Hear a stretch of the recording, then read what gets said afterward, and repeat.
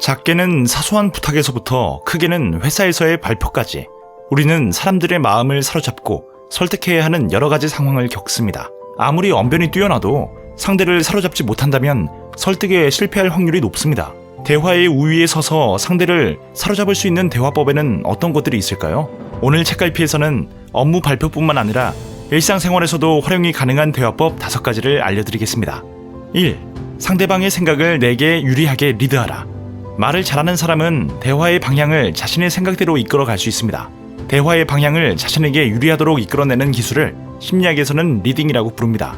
리딩의 예를 들자면 아마 반대하시는 분들은 저거리라고 생각됩니다만 현명하신 여러분은 아마 이 의견에 찬성해 주리라고 믿습니다만 라고 말하여 처음부터 찬성하도록 분위기를 만드는 것을 말합니다.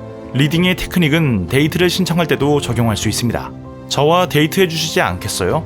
라고 말하기보다 식사하러 가실 거면 와인이 맛있는 집을 아는데 어떠세요? 라고 말하여 자연스럽게 함께 식사할 수 있도록 상대를 이끄는 것입니다. 2. 어차피 부탁할 거라면 깜짝 놀랄 정도로 큰 부탁을 하라. 프랑스 보르도 대학의 심리학 연구팀이 해변의 손님들을 대상으로 실험을 해보았습니다. 지갑을 잃어버렸는데 죄송하지만 제목까지 내주실 수 있을까요? 젊은 여성이 질문하자 당연하게도 대부분의 사람들이 이를 거절했습니다. 그러나 그럼 전화를 걸고 싶은데 3프랑만 빌려주시겠어요? 라고 묻자 75%의 사람들이 흔쾌히 3프랑을 빌려주었다고 합니다. 이 실험은 어차피 상대방에게 부탁할 거라면 입이 떡 부러질 정도로 큰 부탁을 하는 편이 오히려 좋은 결과를 도출할 수 있다는 사실을 말해줍니다. 상대방이 기분 나빠하지 않을까 싶을 정도로 큰 부탁을 하는 편이 좋습니다. 운이 좋으면 큰 부탁이라도 들어줄 가능성이 있고 만약 거절했더라도 원래 하려고 했던 작은 부탁을 하면 그만이기 때문입니다. 첫 부탁을 거절한 상대방이 마음의 빚을 덜어내기 위해 두 번째 작은 부탁은 들어줄 가능성이 높아집니다. 3. 무언가를 제안할 때는 반드시 2-3가지 정도를 준비하라. 백화점 베테랑 직원의 영업 비밀은 바로 누군가에게 어떤 의견을 제안할 때는 반드시 복수 이상으로 하라입니다. 복수 이상으로 상대에게 제안할 경우 상대가 제안을 받아들일 확률이 확 올라갑니다.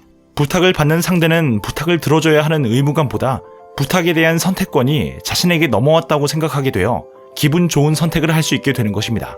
이와 같은 맥락으로 상사에게 기획서를 보고할 때도 2-3가지를 가지고 가는 것이 좋습니다. 2-3가지를 갖고 가면 상사가 받아들일 확률이 높아지며 상사가 쉽게 받아들일 경우 일을 잘한다는 이미지를 심어줄 수 있기 때문에 일석이조의 효과를 누릴 수 있게 됩니다. 4. 꺼내기 힘든 말일수록 미소 지으며 말하라.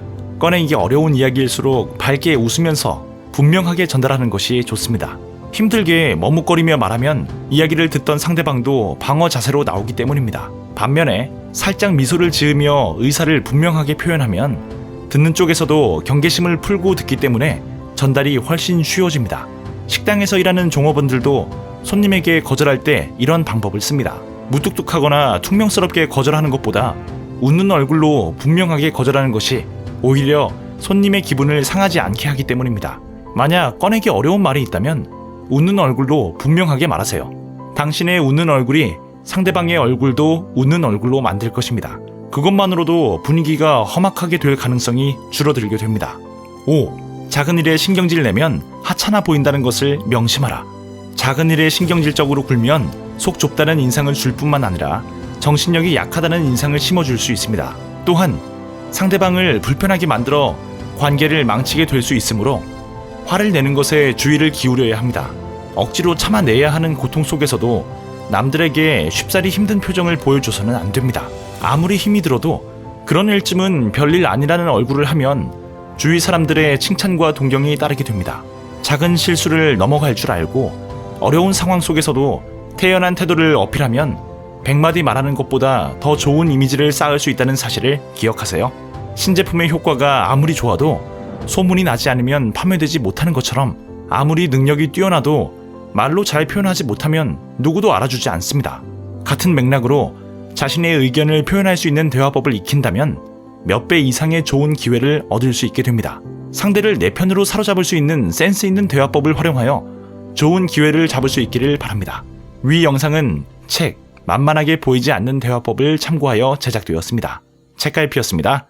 당신의 성공과 행복을 응원합니다.